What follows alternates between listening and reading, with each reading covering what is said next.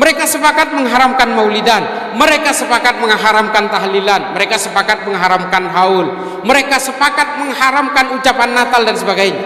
Mereka semua satu negara sepakat, tapi sampai hari ini mereka berperang, Pak.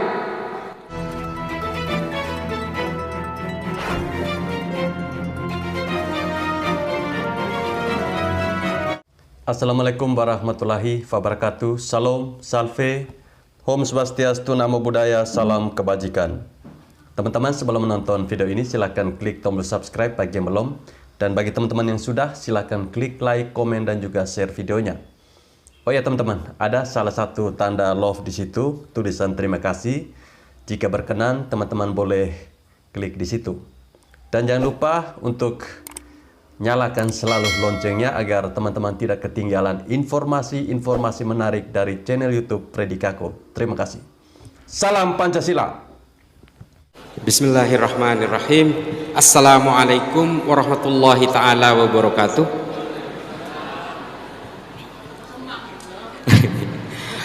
Allahumma salli ala Sayyidina Muhammad wa ala ali Sayyidina wa maulana Muhammad. Yang saya hormati dan saya takdimi Kiai Suadi, yang saya hormati Kiai Yusuf Hudori, dan yang saya hormati para masyayikh, para habaib, para alim, para ulama, para sepo sedajah, nyon seporah. Saya akan berbahasa Indonesia meskipun saya asli Madura sebenarnya. Saya lahir dan besar di Madura. Saya lahir 71, usia saya sekarang 52 tahun. Mohon maaf, 52 tahun, jadi udah tua. SD sampai SMA saya di Madura. Saya sempat mondok, alhamdulillah, di pondok pesantren Syekhona Khalil di Bangkalan di Madura. Kemudian saya kuliah di Jakarta. Saya sempat juga sekolah di Amerika. Kemudian ya akhirnya saya kembali ke Indonesia tahun 2005. Banyak yang akan saya sampaikan sebenarnya. Ini bisa bahasa Madura ya, nanti saya mungkin campur-campur bahasa Madura. Bapak ibu-ibu sekalian, mungkin selama ini saya banyak beredar di YouTube, kadang juga ada di TV. Tapi mungkin saya pertama kali ke Pasuruan. Tidak banyak yang sebenarnya bisa saya hantarkan karena tadi Al-Mukarram Kiai Haji Marzuki Mustamar, Kiai Yusuf, Kiai Suadi sudah menyampaikan semua. Saya hanya ingin memberikan gambaran bahwa apa sih yang menjadi virus hari ini di negara kita. Yang menjadi virus hari ini di negara kita adalah ada dua hal penting. Yaitu yang pertama adalah tentang salah satu ajaran yang bernama Salafi Wahabi. Ini menjadi virus. Mengapa menjadi virus? Saya katakan menjadi virus. Saya kebetulan tenaga ahli pencegahan radikalisme, ekstremisme, terorisme di Mabes Polri. Saya melekat bekerja sehari-hari dengan Densus 88. Dan saya harus mengakui jati diri saya karena apa yang akan saya sampaikan ini adalah data-data dari temuan saya ketika saya berhadapan langsung dengan teroris-teroris yang baru ditangkap. Saya harus akui itu. Dan saya punya data berdasarkan pengalaman saya ketika saya bertatap muka dengan mereka. Saya pastikan 100% teroris yang ditangkap oleh Densus 88 berfaham Salafi Wahabi. Saya pastikan itu. Kalau ada yang mau bantah, silakan datanya ke saya. Jadi kalau kemudian ajaran-ajaran Salafi Wahabi mengharamkan maulidan, mereka melarang tahlilan, mereka melarang haul, teroris yang ditangkap oleh Densus 88 juga melarang hal yang sama. Perbedaannya di mana? Kok seolah-olah ajaran-ajaran dari ustadz-ustadz Wahabi ini kok kayaknya sejuk-sejuk semua. Pintu pembukanya adalah ustadz-ustadz yang hari ini beredar di media sosial dan juga di televisi. Itu pintu pembukanya. Produk terakhirnya itu adalah mereka yang bergabung dengan kelompok-kelompok teror yang bernama JI, JAD, JAK, JAT, JAS, MMI, MIT, MIB, NII, Khilafatul Muslimin. Saya 5 tahun di Amerika khusus mempelajari pergerakan-pergerakan kelompok radikal ini. Saya tinggal di Amerika, saya hidup di Amerika, saya belajar Islam di Amerika. Saya belajar tentang sejarah dan filsafat Islam di Zaytuna Institute di Berkeley di California. Kebalik, menabi orang Madura ajar agama nikah de Arab. Saya kebalikannya, saya ke Amerika. Tapi nggak apa-apa, ilmu itu ada di mana-mana. Lalu kemudian apa yang membuat ajaran ini kemudian membentuk orang untuk pada akhirnya melawan negaranya, dan mengapa kemudian ajaran ini membentuk orang supaya secara tega dia bisa menghalalkan darah orang meskipun satu keimanan sekalipun, satu tafsir sekalipun. Bapak Ibu sekalian, saya sudah pernah ke Afrika berkali-kali. Saya sudah ke Somalia, ke Tanzania, ke Somaliland, sampai ke Sudan, negara tanduk Afrika. Saya sudah membelah Afrika ke bagian tengah, Kenya, Republik Afrika Tengah, Bangui, lalu kemudian menyusuri pantai barat Afrika, Nigeria, sampai ke Liberia di Monrovia. Di Somalia ada kelompok teror yang paling ditakuti di Afrika, namanya Al-Shabaab. Di Nigeria ada kelompok teroris yang paling ditakuti di pantai barat Afrika, namanya Boko Haram. Di Afrika Tengah ada kelompok teroris yang paling ditakuti bernama Seleka. Di utara, di Sudan, ada kelompok teroris yang paling ditakuti bernama kelompok Hasan Turabi. Di Pakistan ada kelompok, saya sudah juga ke sana. Di Pakistan ada kelompok teror bernama Laskar At-Taiba. Di Thailand Selatan ada kelompok separatis kemerdekaan Thailand Selatan. Di Filipina, saya juga pernah ke Filipina, ada kelompok namanya Abu Sayyaf. Di Suriah juga ada kelompok yang paling ditakuti hari ini yang bernama Jabatun Nusra dan juga Liwa'ut Tauhid. Ini semua adalah kelompok-kelompok teror yang berfaham Salafi Wahabi.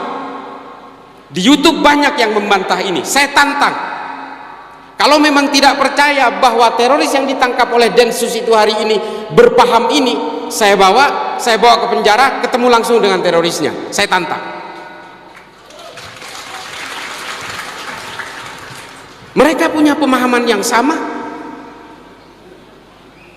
Kelompok-kelompok Salafi Wahabi, kelompok-kelompok teroris yang hari ini ditangkap Densus 88 punya pemahaman yang sama. Perbedaannya adalah orang-orang yang tidak percaya bahwa kelompok Salafi Wahabi ini akan menjadi teroris, ini adalah orang yang baru berkenalan dengan ajaran ini. Produk akhirnya akan menjadi teroris. Kenapa? Ada salah satu konsep dari kelompok ini yang kemudian dipakai hingga hari ini, yang dicetuskan oleh seorang pemikir Islam bernama Ibnu Taimiyah pada abad pertengahan, yang ditulis dalam kitabnya bernama Majmu' al-Fatawa. Konsep ini yang disebut dengan konsep al-wala wal bara. Ahlan wa sahlan Kiai Haji Muhaimin Iskandar. Allahumma salli ala Sayyidina Muhammad. Tak langkong kula kengki asalam, takut cangkolang, takut suul adab, saya harus salaman.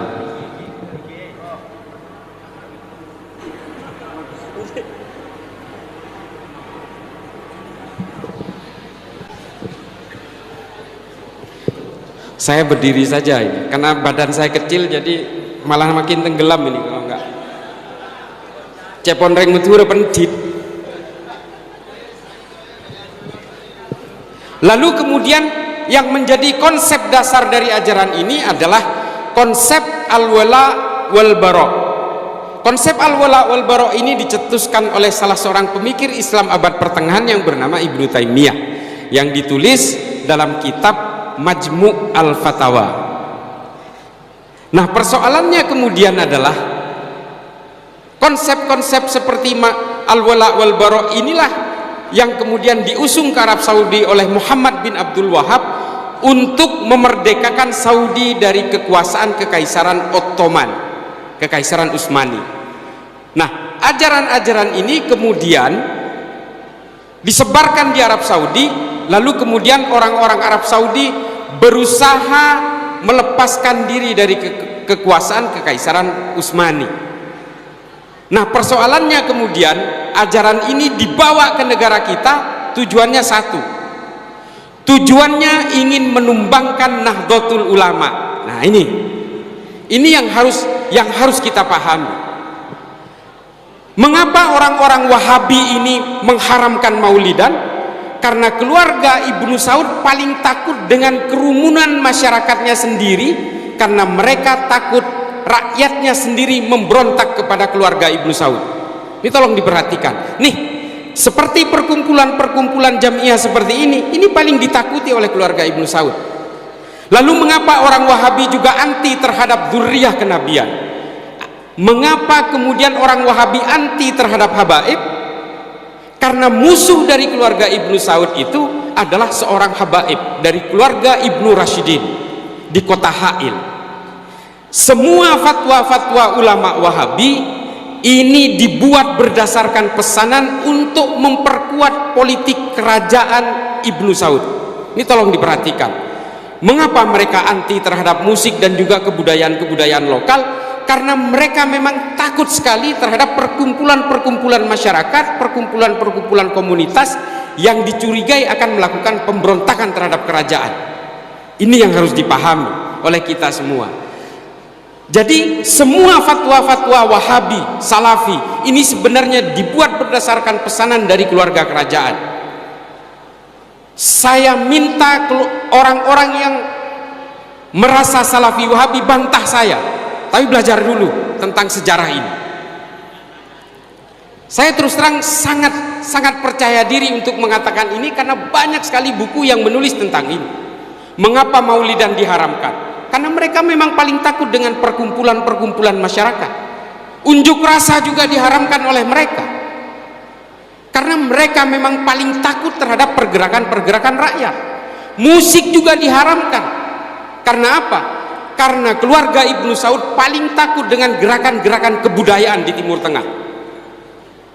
Lalu kemudian ajaran-ajaran seperti ini yang dibawa ke negara kita, berusaha untuk menghajar Nahdlatul Ulama. Karena apa? Salah seorang akademisi dari Tillman University, ini bukan orang Islam, juga bukan orang NU yang mengatakan demikian, namanya Phil Caruso. Phil Caruso mengatakan kalau ingin menumbangkan Indonesia maka harus ditumbangkan dulu Nahdlatul Ulama. Tepuk tangan untuk Nahdlatul Ulama. Nikah telecor tak cak madura melolo nikah. Nah, mengapa menurut Phil Caruso Nahdlatul Ulama itu menjadi penting di Indonesia? Karena hanya Nahdlatul Ulama yang punya ajaran satu, tidak pernah menjelek-jelekan orang yang berbeda. Tolong dicatat, ini kajiannya sangat empiris dan akademis. Nahdlatul Ulama tidak punya riwayat ajaran-ajaran yang menganjurkan orang untuk memusuhi orang yang berbeda. Tidak pernah. Yang kedua, Nahdlatul Ulama tidak pernah punya riwayat pemberontakan terhadap negaranya sendiri. NII, wah banyak sekali pemberontakannya. Ada pemberontakan Kar Andi Aziz, Kartosuwiryo, banyak. Kelompok Wahabi yang melakukan pemboman dari tahun 2000 sampai 2009 di Indonesia. Bom malam Natal, bom Tentena, JW Marriott, Ritz Carlton, bom Bali, bom Kampung Melayu. Ini kelompok Wahabi semua. Mereka sudah terdidik untuk menjadi bugot-bugot di negaranya sendiri. Mereka sudah terdidik untuk menjadi pemberontak terhadap pemimpinnya sendiri. Ini adalah ajaran-ajaran yang sudah dibangun dari awal oleh Ibnu Taimiyah dalam Majmu' al-Fatawa dan Ta'liq as-Siyasatus Syari' dengan ajaran al-wala wal bara', membangun monoloyalitas terhadap orang yang dianggap sama dan membangun permusuhan sejauh mungkin dengan orang yang dianggap berbeda. Nih Wahabi ini, orang-orang meskipun sesama Islam ini semua dianggap orang-orang jahiliyah. Ajaran-ajaran ini kemudian diakselerasi, digulirkan oleh Muhammad bin Abdul Wahab Untuk kebutuhan konsumsi kekuasaan politik kerajaan Ibnu Saud di Arab Saudi. Lalu kemudian digulirkan oleh Said Qutb, Hasan al-Banna dan sebagainya Mesir, lalu kemudian digulirkan lagi di Arab Saudi yang kemudian melahirkan Osama bin Laden. Nika nih bigule sanada ilmu nika bigule petorona akan saya rinci. Ajaran-ajaran Muhammad bin Abdul Wahab ini kemudian memecah menjadi dua bagian yang bernama Salafi Wahabi Hijazi, dan kemudian yang satu adalah Salafi Wahabi Haroki yang nantinya akan melahirkan Salafi Wahabi Jihadi. Ada 3 jenis dari kelompok ini. Lalu kemudian Said Qutb menulis 2 kitab besar selama di penjara oleh Presiden Gamal Abdul Nasser, yaitu kitab yang bernama Fi Dhilalil Quran dan Ma'at fil Tori. Setelah Said Qutb digantung oleh Presiden Gamal Abdul Nasser, adiknya kemudian kabur ke Arab Saudi dan mengajar di Universitas Riyadh, menulis sebuah kitab yang bernama Jahiliyatul Qornil Isrin. Nih kan nih, ajaran-ajaran ini yang kemudian lahir di negara kita hari ini, dialirkan beserta uangnya, mengalir beserta pendanaan yang luar biasa. Untuk apa? Menumbangkan Nahdlatul Ulama. Karena kalau Nahdlatul Ulama tumbang, selesai semua, Pancasila tidak akan ada artinya. Yang menjadi perekat hari ini dari berbagai keberagaman ini adalah Nahdlatul Ulama. Mengapa?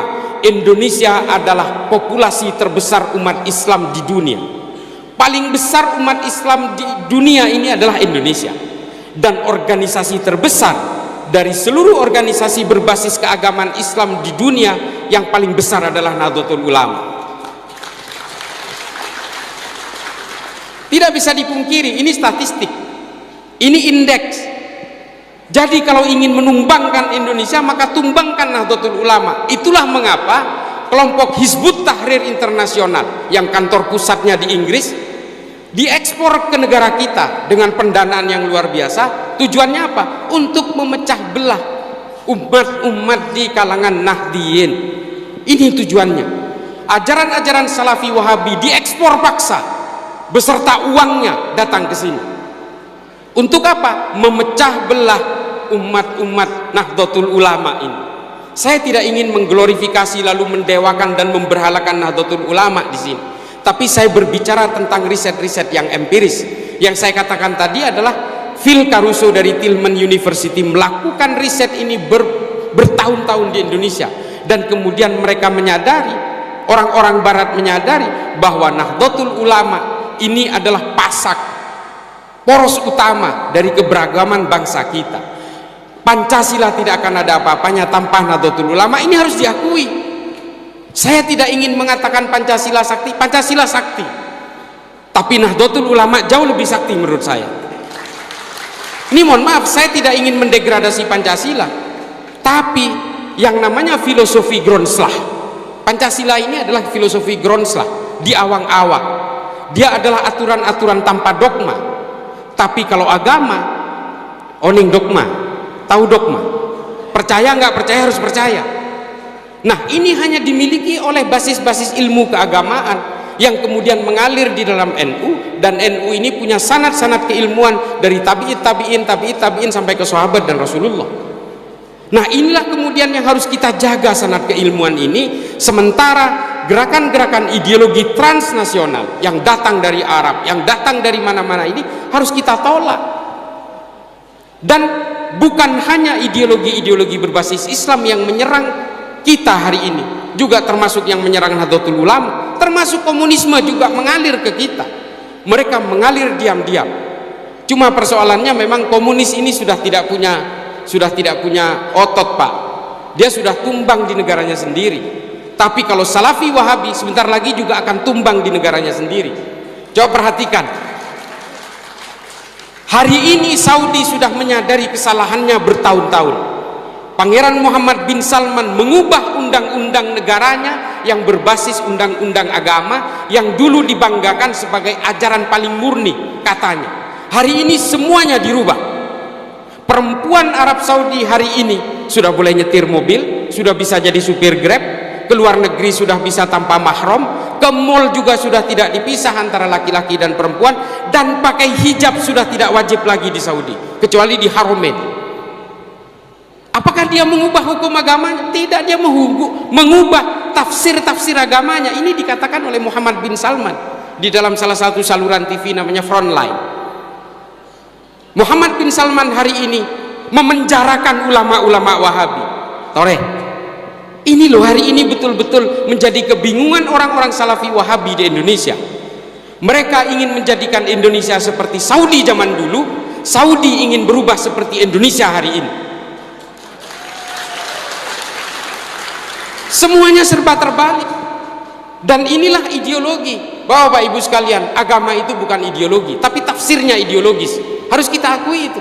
Mufassir membuat produk-produk tafsir sesuai zamannya, sesuai situasi yang dihadapinya. Kalau mufassir itu hidup pada zaman keterpurukan politik, maka produk tafsirnya tentang keberdayaan politik. Contohnya Ibnu Taimiyah membuat ajaran al-wala wal bara karena Ibnu Taimiyah hidup pada zaman keterpurukan politik Islam. Setelah Bani Abbasiyah diserbu bangsa Mongol lalu runtuh pada tahun 1258, disitulah Ibnu Taimiyah hidup.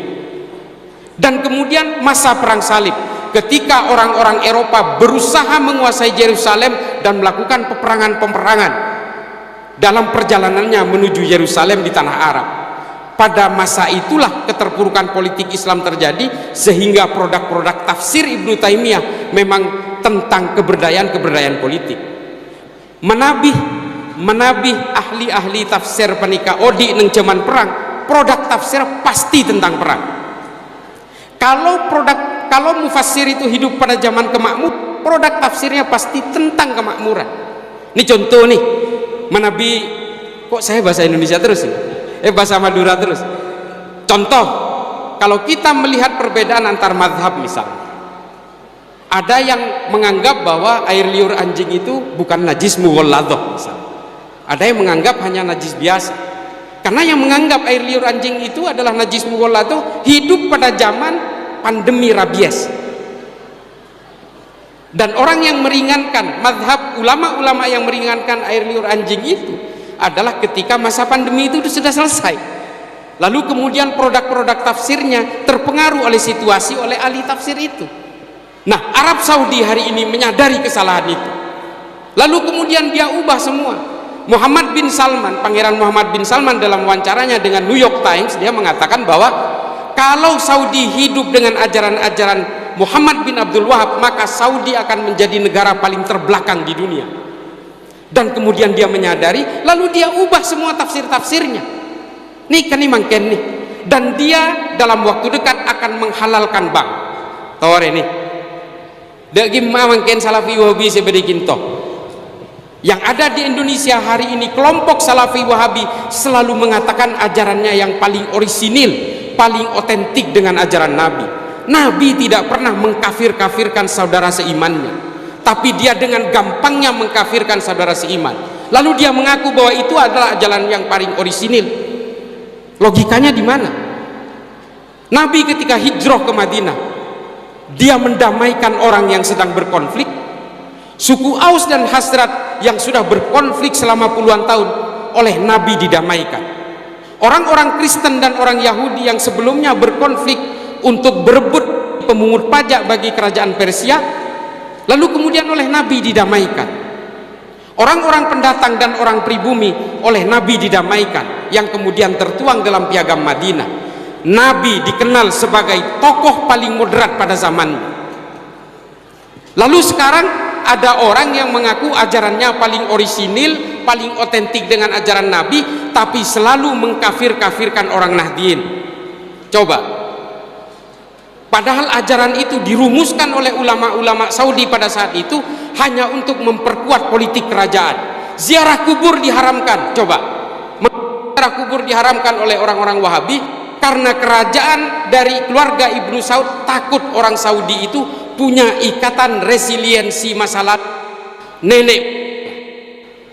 Nikah nih, anapa nyelase dek kuburan nikah larang? Karena itu pertimbangannya. Orang Saudi paling ditakuti oleh kerajaan keluarga Ibnu Saud kalau dia punya ikatan ideologis dengan kakek neneknya. Lalu kemudian dilarang semua ajaran-ajaran itu. dan juga memutus resiliensi ideologis dengan Kekaisaran Ottoman. Taware tabantaan bi gula mungkin urusan nikah. Tang bi gula. Karena saya punya data, Pak. Setiap Densus 88 melakukan penangkapan, Densus punya waktu 3 hari untuk menyelami ideologis teroris yang ditangkap. Saya salah satu yang dilibatkan, dan saya yang berhadapan dengan mereka. Dan saya pastikan, wallahi, ini kegula sompaan, takutnya ku ngomong gula, mereka berfaham sama dengan kelompok Salafi Wahabi hari ini. Saya pastikan itu. Mereka punya keinginan untuk menjadikan negara agama yang konon katanya negara Islam. Saya tanya, kalau negara ini berdasarkan negara agama dan negara Islam, Islam yang bagian mana yang akan dipakai undang-undangnya? Kalau orang Nahdien yang berkuasa, lalu kemudian mereka melakukan maulidan, orang-orang Salafi Wahabi yang mengharamkan maulidan, apakah mau dengan undang-undang itu? Kalau yang berkuasa adalah orang-orang Salafi Wahabi di negara ini, lalu mereka mengharamkan maulidan, orang Nahdien mau? Tentu saja tidak mau, dan kemudian konflik-konflik pasti terjadi. Dan inilah yang terjadi kemudian di beberapa negara yang konon berdasarkan negara Islam itu. Yang terakhir saya ingin mengambil contoh. Saya pernah ke Sudan berkali-kali, dan saya sudah mempelajari.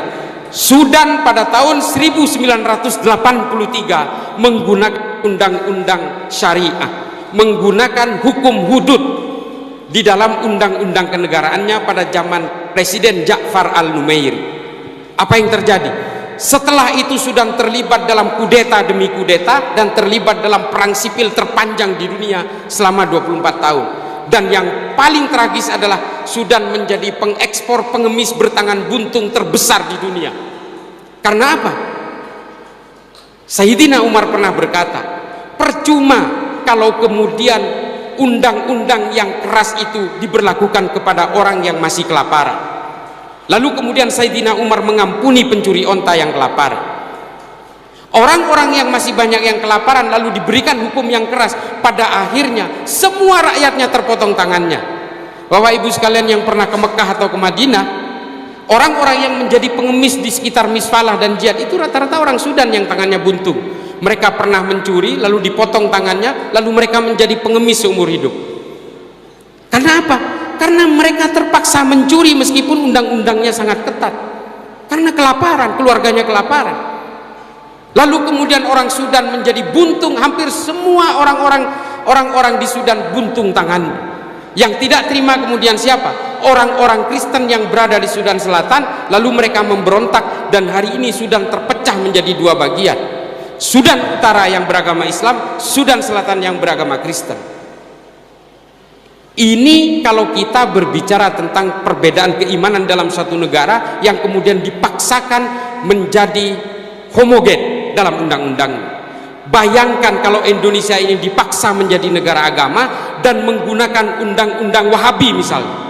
Orang-orang Nahdien tentu saja tidak akan terima dan akan melakukan pemberontakan-pemberontakan. Konflik akan terjadi seperti yang hari ini terjadi di Suriah, di Libya, di Republik Afrika Tengah. Semua terjadi. Dan kemudian konflik-konflik antar masyarakat itu terjadi sehingga negara itu tidak sanggup bergerak sesuai dengan peradaban manusia. Bapak Ibu sekalian, apa yang ingin saya sampaikan ini adalah bahwa berbagai gerakan-gerakan ideologi transnasional hari ini sebenarnya sasarannya adalah satu, Nahdlatul Ulama. Gerakan-gerakan khilafah, Hizbut Tahrir internasional hari ini betul-betul berada pada tataran normatif, berada pada tataran-tataran di bawah permukaan. Mereka menjelma menjadi partai-partai politik, menjadi gerakan-gerakan di dalam lembaga dan kementerian. Ini harus diakui. Saya punya datanya. Kelompok-kelompok Salafi Wahabi ini sekarang menginfiltrasi polisi dan tentara. Di kepolisian 23.000 yang terpapar ajaran-ajaran ini. Di TNI 9.300 yang terpapar. Mohon maaf Bapak dari kepolisian dan TNI, saya bertanggung jawab dengan data ini. Dan hari ini mereka membentuk firqoh-firqoh dan organisasi kecil-kecil yang mereka namakan Toliah di dalam kepolisian yang bernama Polisi Cinta Sunnah. Setelah ketahuan oleh Mabes Polri, dirubah menjadi Pembelajar Cinta Sunnah. Dan hari ini semua dari mereka sudah dipetakan, diprofiling, dan diberi pilihan mau jadi polisi atau keluar dari kepolisian. Sebagian dari mereka menyatakan keluar dari kepolisian. Mereka lebih memilih mereka, nggak apa-apa daripada kita, polisi kita dipenuhi oleh sampah-sampah ideologi seperti ini. Ini kan disiarkan. Polri hari ini mengeluarkan, bukan hari ini, bulan Juni mengeluarkan Perpol nomor 7 yang melarang ajaran-ajaran berbasis eksklusif dan berbasis radikal ini. Sudah keluar aturannya, tinggal diikuti oleh lembaga-lembaga lain. Polri menjadi motor, dan alhamdulillah saya menjadi tim perumus dari aturan itu. Jangan banyak si terowamatin aku ini kan. Nah, ajaran-ajaran berbasis khilafah ini kemudian berusaha menunggangi agama untuk menghipnotis kita, seolah-olah khilafah ini adalah ciptaan Tuhan, seolah-olah ini warisan Nabi Muhammad. Lalu kemudian supaya kita terbius bahwa khilafah ini adalah project masterpiece yang harus kita laksanakan. Salah seorang pendakwah pernah saya protes, pendakwah terkenal, dia membawakan hadis yang mengatakan bahwa jika orang Islam tidak mau menganut sistem ideologi pemerintahan khilafah, maka dia termasuk orang yang berkhianat terhadap Islam. Dia membawakan itu dari hadis Imamul Hakim dalam Al-Mustadrak ala Sahihain. Saya bantah itu, karena kitab ini dibuat oleh Imamul Hakim dalam keadaan pikun, Pak. Ini bukan buatan Tuhan, Bapak Ibu sekalian. Khilafah ini sudah dilakukan oleh bangsa Romawi 1300 tahun sebelum umat Islam menggunakan sistem ini. Namanya Respublika Romana, namanya monarki absoluto, namanya Concilium Plebis. Malu kita kalau kita ngaku bahwa ini buatan Allah. Orang Romawi sudah lebih dulu menggunakan sistem ini. Lalu kemudian mereka mengatakan ini sistem Allah, maka kalian harus ikut kami semua. Semua gerakan-gerakan politik ideologi transnasional ini menunggangi Islam supaya mudah menghipnotis kita. Kita cukup bertakdim kepada para ulama NU yang sanad keilmuannya betul-betul terpercaya. Kita harus takdim kepada siapapun dari kalangan Nahdien, termasuk kepada Kiai Muhaimin Iskandar. Mudah-mudahan diijabah. Dan juga kepada Kiai Muafik, mohon izin Kiai, saya nggak kelihatan. Nggak bisa.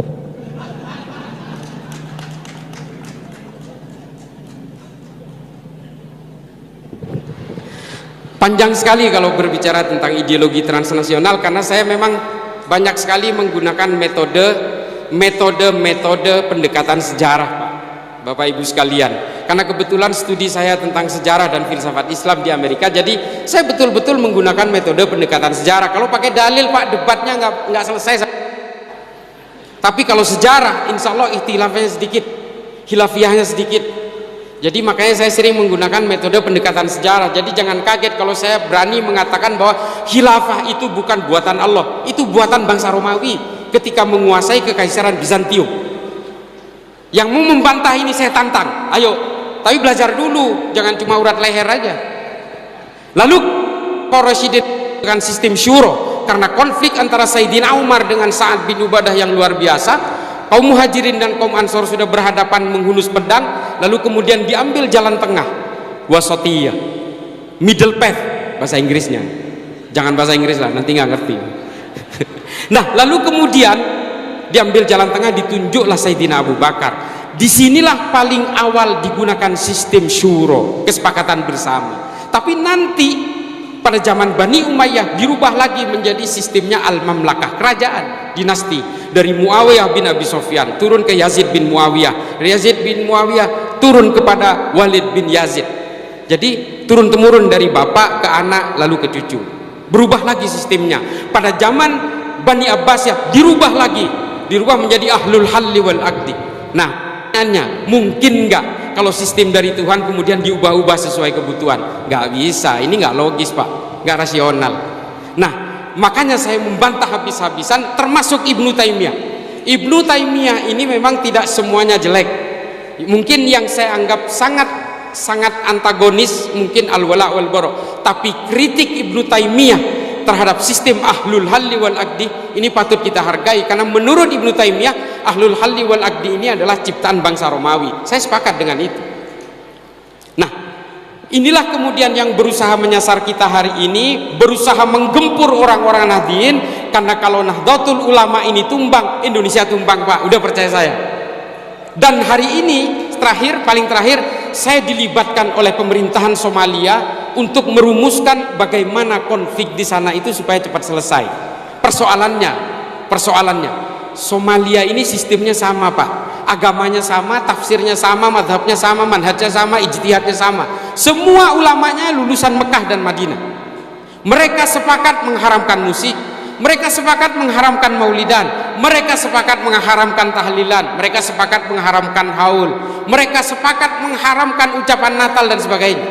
Mereka semua satu negara sepakat, tapi sampai hari ini mereka berperang, Pak. Semua satu negara itu pahamnya Salafi Wahabi. Apa yang membedakan mereka? Yang membedakan mereka adalah al-wala wal bara. Meskipun satu tafsir, meskipun satu iman, meskipun satu madhab, tapi ketika orientasi politiknya berbeda, maka mereka wajib bermusuhan. Setengah dari Somalia dikuasai oleh the Government of Republic of Somalia, setengahnya lagi dikuasai oleh Al-Shabaab. Perangnya belum selesai sampai hari ini. Lalu mereka meminta saran. Saya terlibat dalam berbagai konferensi dengan mereka. Saya pernah konferensi juga dengan presidennya, karena masa pandemi kemarin saya tidak bisa ke sana, meskipun saya sudah pernah ke Mogadishu. Lalu saya katakan, satu kuncinya yang Anda butuhkan, Nahdlatul Ulama. Ini benar, saya sampaikan betul kepada mereka. Musuh sumpah boleh. Saya sampaikan, then you need Nahdlatul Ulama. Saya katakan begitu kepada mereka. Kalau kalian tidak punya lembaga sejenis Nahdlatul Ulama, maka kalian tidak akan punya perekat tanpa syarat. Di Indonesia perekatnya, bridgingnya adalah Nahdlatul Ulama. Orang-orang Islam, orang-orang Kristen, orang-orang Hindu, Buddha, Konghucu di Indonesia memang semuanya memiliki nilai-nilai supremasis, harus kita akui. Semua manusia ini punya keinginan-keinginan supremasis, Pak. Kita ingin menguasai istri, istri ingin menguasai kita, yang laki-laki, kan begitu. Ini baru dari suami istri, belum dalam kehidupan beragama, belum dalam kehidupan berbangsa. Semua punya keinginan supremasis. Orang-orang pasti sibuk membangun tembok-tembok, tapi lalai membuat jembatan, Pak. Nahdlatul Ulama adalah jembatan-jembatan di antara tembok-tembok itu. Pemerintahan Somalia saya sarankan untuk membentuk sebuah wadah sejenis Nahdlatul Ulama yang bisa menjadi jembatan, yang bisa menjadi perekat di antara semua perbedaan-perbedaan itu. Nah, betapa pentingnya Nahdlatul Ulama, saya tidak mau taklid juga, tidak ingin terlalu memberhalakan juga, tapi ini adalah fakta yang kita rasakan hari ini.